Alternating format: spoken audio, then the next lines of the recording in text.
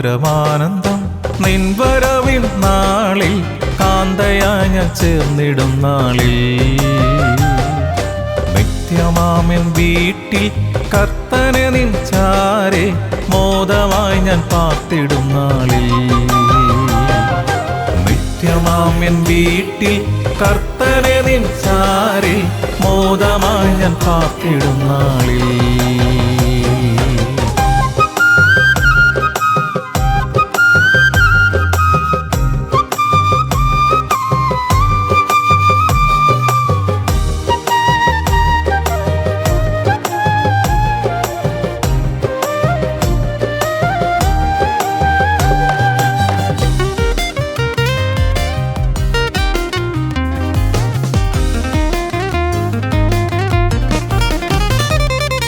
നിൻവരവിൻ ലക്ഷണങ്ങൾ കണ്ടിടുമീ നാളുകളിൽ എൻ മനം തുടിച്ചിടും സദാ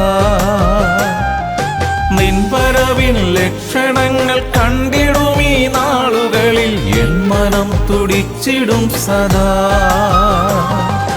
എണ്ണയും വിളക്കുമായി എണ്ണി എണ്ണി കാത്തിടും നിൻ യേശുനാഥ നിൻ വരവിനായി എണ്ണയും വിളക്കുമായി എണ്ണി എണ്ണി കാത്തിടും നിൻ യേശുനാഥ നിൻ വരവിനായി ആനന്ദം പരമാനന്ദം നിൻ വരവിൻ നാളിൽ കാന്തയായി ഞാൻ ചേർന്നിടും നാളിൽ നിത്യമാമിൻ വീട്ടിൽ കർത്തനെ നിൻ ചാരെ മോദമായി ഞാൻ പാർത്തിടും നാളിൽ നിത്യമാമിൻ വീട്ടിൽ കർത്തനെ നിൻ ചാരെ മോദമായി ഞാൻ പാർത്തിടും നാളിൽ ഹല്ലേലൂയ. സ്തോത്രം സ്തോത്രം സ്തോത്രം സ്തോത്രം സ്തോത്രം. ദൈവത്തിന്റെ അതിപരിനാമം സ്തുതിക്കപ്പെടുമാറാകട്ടെ. അനുദിന വചനം വിശുദ്ധ മത്തായി എഴുതിയ സുവിശേഷം 18-ാം അധ്യായം 15-ാം തിരുവചനം. Mathews gospel chapter 18 verse 15. If your brother sins against you, go and tell him his fault between you and him alone. നിന്റെ സഹോദരൻ നിന്നോട് പിഴച്ചാൽ നീ ചെന്ന് നീയും അവനും മാത്രം ഉള്ളപ്പോൾ കുറ്റം അവന് ബോധം വരുത്തുക. അവൻ നിന്റെ വാക്കുകൾ കേട്ടാൽ നീ സഹോദരനെ നേടി. ആമേൻ. നിത്യന് പരിശുദ്ധനായ ഞങ്ങളുടെ സ്വർഗീയ പിതാവേ, മനോഹരമായ പ്രഭാതനായി സ്തോത്രം. ഞങ്ങളുടെ ആയുസിന്റെ ഒരു പ്രഭാതം കൂടെ കാണുവാൻ, ഒരു വിശുദ്ധ ദിനം കൂടെ കാണുവാൻ പരിശുദ്ധാത്മാവേ ഞങ്ങളെ സഹായിച്ചനായി സ്തോത്രം. അവിടുത്തെ വചനം പറയുന്നു, ദൈവത്തിന്റെ ആത്മാവിനാൽ സകലരും പഠിപ്പിക്കപ്പെടുമെന്ന്. പരിശുദ്ധാത്മാവേ അവിടെ ഞങ്ങളെ പഠിപ്പിക്കണം. അവിടെ നിന്ന് അങ്ങനെ ചെയ്യുന്നതിനായി നന്ദി, അനുഗ്രഹിച്ചനായി സ്തോത്രപ്പാ, യേശുവിൻ നാമത്തിൽ തന്നെ ആമേൻ. ഇന്നത്തെ നമ്മുടെ ചിന്താവിഷയം, മനുഷ്യന്റെ മുൻപിൽ തോറ്റാൽ ദൈവത്തിന്റെ മുൻപിൽ ജയിക്കാം. If you lose before man, you can win before God. ഇന്ന് സകല പരാജയങ്ങൾക്കും കാരണം മനുഷ്യർ തോറ്റുകൊടുക്കാതെ ഹൃദയത്തിൽ പകയും വിദ്വേഷവും അഹങ്കാരവും വച്ചു പുലർത്തുന്നത് കൊണ്ടാണ്. ആരും കീഴ്പ്പെടുവാൻ തയ്യാറാകുന്നില്ല. ഞാനെന്തിന് കീഴ്പ്പെടണം എന്നാണ് ഇങ്ങനെയുള്ളവർ ചിന്തിക്കുന്നത്. ഒന്ന് തോറ്റുകൊടുത്താൽ തീരാവുന്നതേ ഉള്ളൂ സകല പ്രശ്നങ്ങൾ. ആർ തോറ്റുകൊടുക്കും? സാത്താന്റെ ആത്മാവാണ് നമ്മൾ വസിക്കുന്നത് എങ്കിൽ നാം അവന്റെ സ്വയം എന്ന ഭാവവും വഹിച്ച് തോൽക്കാൻ മനസ്സില്ലാതെ നടക്കും. എന്നാൽ കർത്താവിന്റെ ആത്മാവാണ് നമ്മൾ വസിക്കുന്നതെങ്കിൽ നമ്മുടെ മിത്രമായാലും ശത്രുവായാലും അവന്റെ മുമ്പിൽ നാം തോറ്റുകൊടുക്കും. കാരണം നമ്മുടെ അരുമനാഥനായ യേശു തോറ്റുകൊടുത്ത ജയാളിയാണ്. കാരണം യേശുവിൽ വസിച്ചിരുന്നത് പിതാവായ ദൈവത്തിന്റെ ആത്മാവാണ്, പരിശുദ്ധാത്മാവാണ്. നമ്മിൽ വസിക്കുന്നത് ദുരാത്മാവാണെങ്കിൽ ആരോടും ക്ഷമിക്കുവാൻ നമുക്ക് കഴിയുകയില്ല. ഒരു 90% മനുഷ്യരും സ്വർഗസ്ഥനായ പിതാവേ എന്നുള്ള കർത്താവിൻ പഠിപ്പിച്ച പ്രാർത്ഥന ചൊല്ലുന്നവരാണ്, നിരന്തരം ചൊല്ലുന്നവരാണ്. ഞങ്ങളുടെ കടക്കാരും ഞങ്ങൾ ക്ഷമിക്കുന്ന പോലെ ഞങ്ങളുടെ കടങ്ങൾ ഞങ്ങളോട് ക്ഷമിക്കണമേ എന്ന് അധരം കൊണ്ട് പ്രാർത്ഥിക്കാറുണ്ട്. പക്ഷെ ആ പ്രാർത്ഥന ഹൃദയത്തിൽ നിന്നല്ല വരുന്നത്. ഹൃദയത്തിൽ നിന്നാണ് ആ പ്രാർത്ഥന വരുന്നതെങ്കിൽ നല്ലൊരു ശതമാനവും കോർട്ട് കേസ്, അതുപോലെ കുടുംബങ്ങൾ തമ്മിലുള്ള കലഹം, സഭകൾ തമ്മിലുള്ള കലഹം, ബന്ധുമിത്രാദികൾ തമ്മിലുള്ള കലഹം, ഭാര്യയും ഭർത്താവും തമ്മിലുള്ള കലഹം, മക്കളും മാതാപിതാക്കളും തമ്മിലുള്ള കലഹം തീരുമായിരുന്നു. പക്ഷേ തീരുന്നില്ല. നാളടുക്കും തോറും വർദ്ധിച്ചു വരികയാണ്. കാരണം ഈ ജനം ആദരം കൊണ്ട് എന്നെ സ്തുതിക്കുന്നു, ഹൃദയം എന്നിൽ നിന്നും വളരെ വിദൂരത്താണ്. അപ്പം ദുരാത്മാവ് ഏതെങ്കിലും ഒരു പ്രത്യേക സ്ഥലത്തല്ല വസിക്കുന്നത്. ക്ഷമിക്കാൻ ഇതേവരെ കഴിയാത്ത പൊന്നു സഹോദര സഹോദരി നിന്റെ ഉള്ളിലാണ്. നിന്റെ ഉള്ളിൽ മാത്രമാണ് ദുരാത്മാവ് വസിക്കുന്നത്. ചിലർ ഈ ദുരാത്മാവിനെയും ചുമന്നുകൊണ്ട് നടക്കും. പരിശുദ്ധാത്മാവ് ദൈവം ഉള്ളിൽ ഉണ്ടെങ്കിൽ തീർച്ചയായിട്ടും ക്ഷമിക്കും. അന്യഭാഷ പറഞ്ഞെന്ന് പറഞ്ഞ് ദുരാത്മാവ് പോകത്തൊന്നുമില്ല. അത് പിശാചും പലരെയും കൊണ്ട് പറയിപ്പിക്കുന്നുണ്ട്. അന്യ മതത്തിലുള്ളവരും ഈ പ്രത്യേക ഒരു സ്പിരിറ്റ് കയറുമ്പം അവരും അന്യഭാഷ പറഞ്ഞ് തുതിക്കുന്നുണ്ട്, അവരും വിറയ്ക്കുന്നുണ്ട്, അവരും വീഴുന്നുണ്ട്. പരിശുദ്ധാത്മാവിൻ്റെ നിറമെന്ന് പറയുന്ന അലച്ചുകെട്ടി താഴെ വീഴുന്നതല്ല. ആരോടാണ് ക്ഷമിക്കാനുള്ളത് അവരോട് ക്ഷമിക്കുന്നതും അത് ഹൃദയം തുറന്ന് ചിരിക്കുന്നതുമാണ് ദൈവാത്മാവിൻ്റെ സാന്നിധ്യത്തിൻ്റെ ലക്ഷണം. പരിശുദ്ധാത്മാവ് ദൈവമാണ് നമ്മൾ വസിക്കുന്നതെങ്കിൽ നമ്മുടെ ഹൃദയം സ്നേഹത്താൽ നിറയും. എല്ലാവരോടും ക്ഷമിക്കുകയും ചെയ്യും. നമുക്ക് സ്നേഹത്തിൻ്റെ ഡെഫിനിഷൻ പരിശുദ്ധാത്മാവ് ദൈവം 1 കൊരിന്ത്യർ 13 അധ്യായത്തിൽ കുറിച്ച് വെച്ചിട്ടുണ്ട്. ആ അധ്യായം മുഴുവനും ഒന്ന് വായിക്കുന്നത് നന്നായിരിക്കും.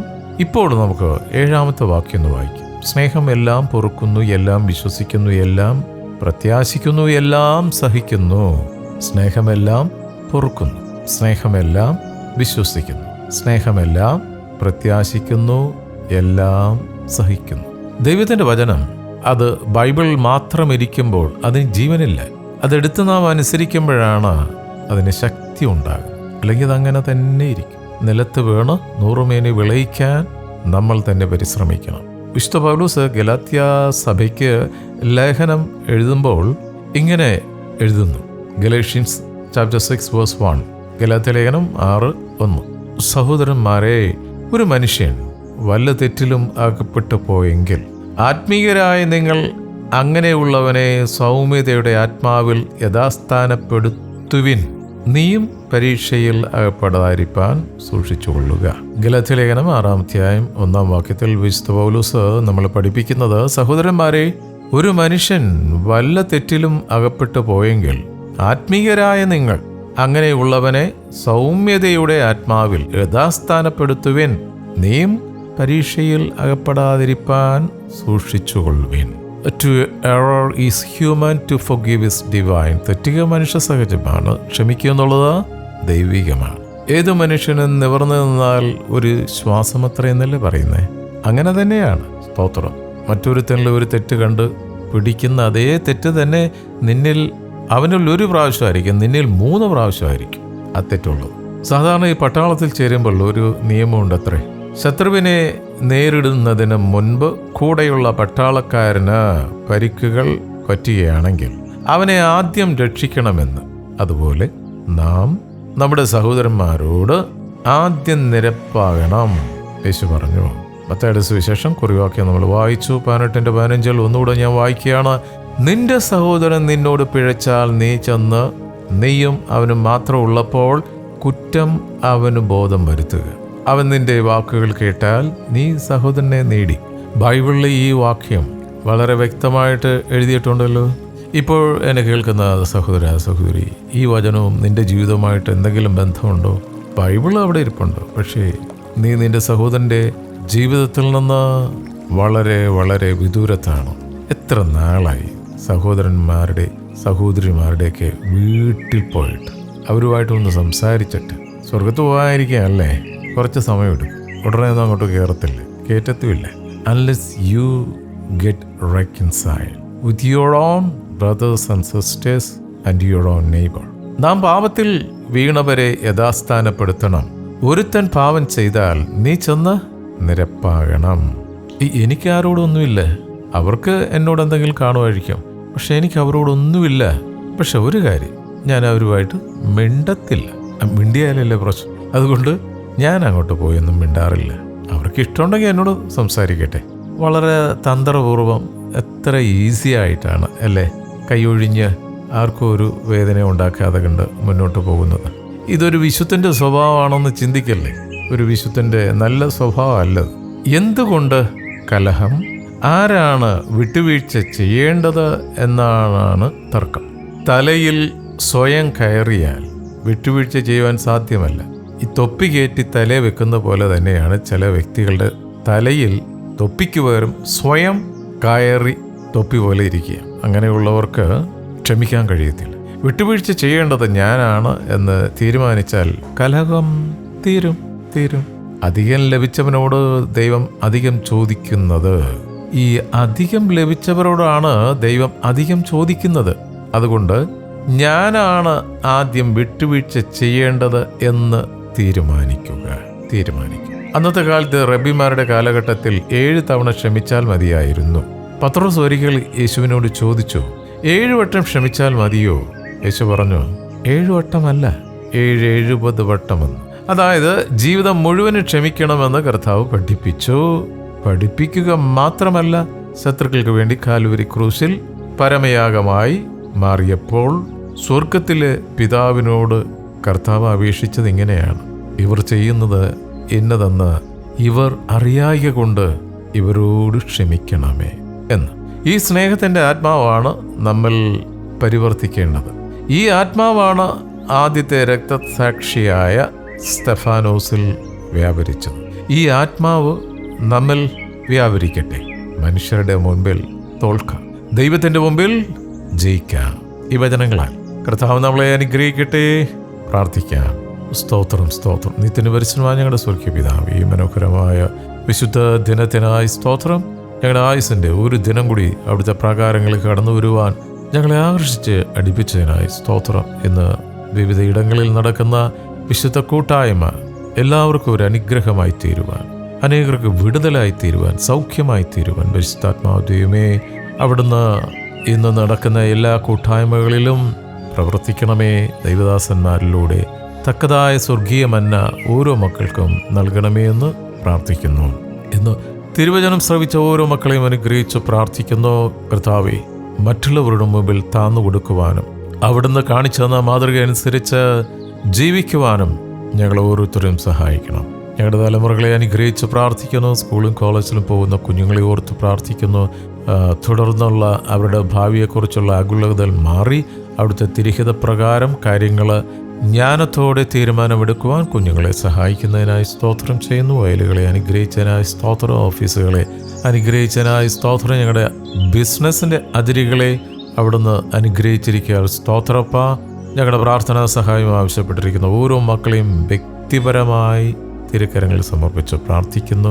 അവിടുന്ന് സൗഖ്യദായകനാണല്ലോ. അവിടുത്തെ അടിപ്പിണരുകളാൽ പൂർണ്ണ സൗഖ്യം ഓരോ മക്കൾക്കും കൊടുത്തിരിക്കുക സ്തോത്രം. കുടുംബത്തിൽ സമാധാനം ഉണ്ടാകട്ടെ സ്തോത്രം. സകല കലഹവും വിട്ടുമാറട്ടെ സ്തോത്രം. ദൂരസഞ്ചാരത്തുമായ പഠനത്തിനായി ജോലിക്കായി പോയിരിക്കുന്ന ഞങ്ങളുടെ തലമുറകളെയും മാതാപിതാക്കളെയും മക്കളെയൊക്കെ സമർപ്പിച്ച് പ്രാർത്ഥിക്കുന്ന കർത്താവേ, അവിടുത്തെ ചെറിയ കീഴിൽ അവരെ കാത്തുകൊള്ളണമേ. ഒരിക്കൽ കൂടി കർത്താവേ, ഇന്നത്തെ ദിനത്തിനായി സ്തോത്രം. ഞങ്ങളുടെ മാതൃരാജ്യമായ ഇന്ത്യ അനുഗ്രഹിക്കണമേ. ഇന്ത്യ അനുഗ്രഹിക്കപ്പെട്ട രാജ്യമായി മാറട്ടെ. അവിടുത്തെ ഹിതപ്രകാരമുള്ള ഒരു ഗവൺമെൻറ്റിനെ ഞങ്ങൾക്ക് നൽകണമേ. ഓരോ സംസ്ഥാനത്തെയും പ്രത്യേകമായി സമർപ്പിച്ച് പ്രാർത്ഥിക്കുന്നു കർത്താവേ. ഇന്നത്തെ ഞങ്ങളുടെ എല്ലാ പ്രവൃത്തികളെയും അവിടുന്ന് അനുഗ്രഹിച്ചിരിക്കുക സ്തോത്രം. ഹല്ലേലൂയ. പ്രാർത്ഥനയും യാചനയും കേട്ടിരിക്കുക. നന്ദിയപ്പ. യേശുവിൻ നാമത്തിൽ തന്നെ. ആമേൻ.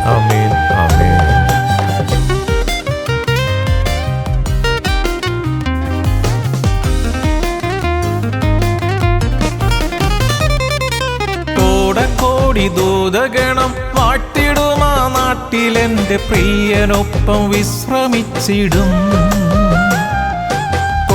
കോടി ദൂതഗണം വാട്ടിടുമാ നാട്ടിലെന്റെ പ്രിയനൊപ്പം വിശ്രമിച്ചിടും. മായയാമി ലോകം വിട്ടൻ ക്ഷീണമെല്ലാം തീർത്തു ഞാൻ പൊന്നുമാറിൽ ചാരിടുമെന്ന്. മായയാമി ലോകം വിട്ടൻ ക്ഷീണമെല്ലാം തീർത്തു ഞാൻ പൊന്നുമാറിൽ ചാരിടുമെന്ന്. ആനന്ദം പരമാനന്ദം നിൻ വരവിൻ നാളിൽ, കാന്തയായി ഞാൻ ചേർന്നിടും നാളിൽ. നിത്യമാമെൻ വീട്ടിൽ കർത്തനെ നിൻ ചാരെ മോദമായി ഞാൻ പാർത്തിടും നാളിൽ. രഹസ്യമാമെൻ വീട്ടിൽ കർത്തനെ നിൻ ചാരെ മോദമായി ഞാൻ കാത്തിടും നാളിൽ.